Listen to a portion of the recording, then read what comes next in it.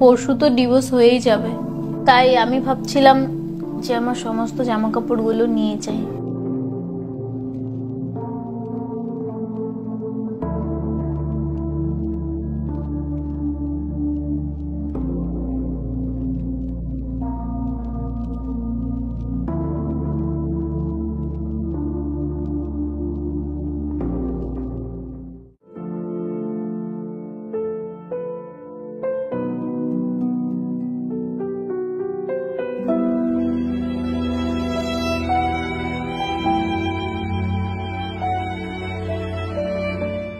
ঠিকঠাক মতন ওষুধ খাচ্ছ তো?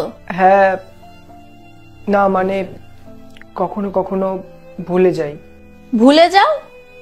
এতটা ইরেসপন্সিবল? এরপর তো তোমার সুগার বেড়ে যাবে। আর ওদিকে আমার এমন অভ্যাস হয়ে গেছে যে আমি এখনো চায়ে চিনি দেই না। চা খাবে? তুমি বানাবে? তুমি কি আদৌ জানো কি করে চা বানাতে হয়? হ্যাঁ, কিছুদিন থেকে খারাপ বানাতে বানাতে এখন ভালোই হয়। আর রান্না? একটা হোম ডেলিভারির সাথে কথা বলেছি, সকালে বিকেলে খাবার দিয়ে যায়। তোমার হাতে ব্যথা কি করে লাগলো? ও কিছু না, কাল চুড়ি খোলার সময় একটা ভেঙে গেছিল। জানি না তুমি কি করে খুলে দিতে যে ব্যথাই লাগতো না।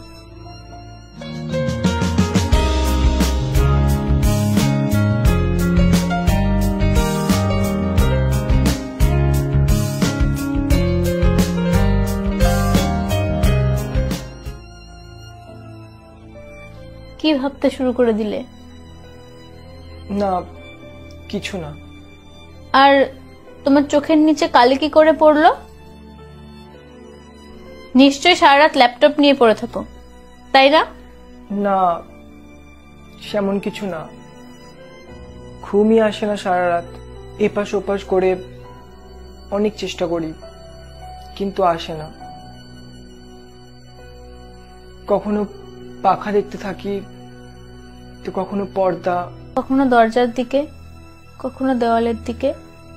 এরপর মাথার মধ্যে সেই পুরনো ভাবনাগুলো চলতে থাকে, এরপর সেই ভাবনাগুলো বদলে ফেলা। তোমারও ঘুম আসে না? আরে আমার পার্পল ড্রেসটা খুঁজে পাচ্ছি না। ওটা উপরে আছে হয়তো।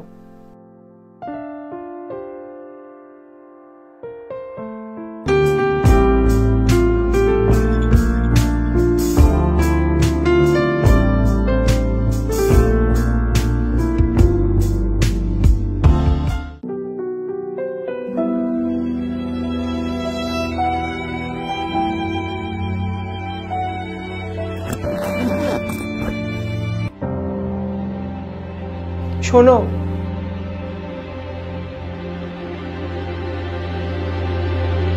হ্যাঁ বলো।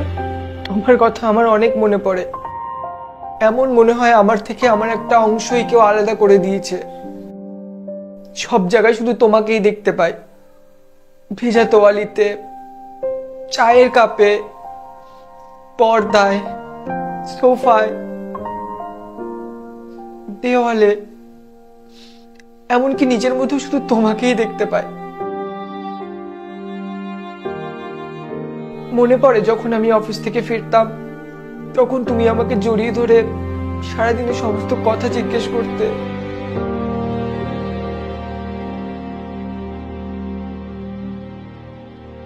আর এখন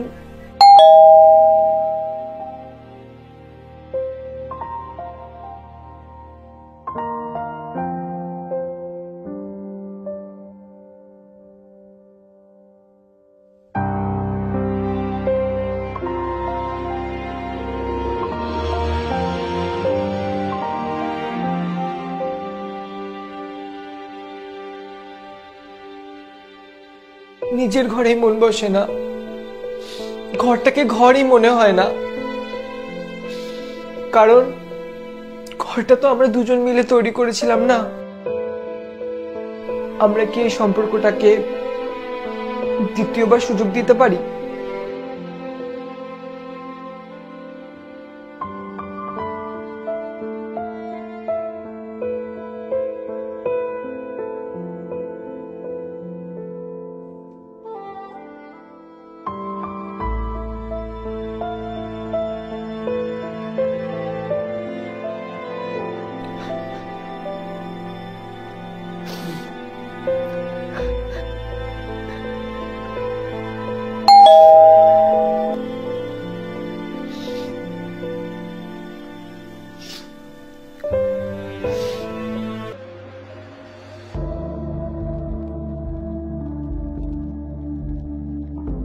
কিছু ভুলে গেছো নাকি?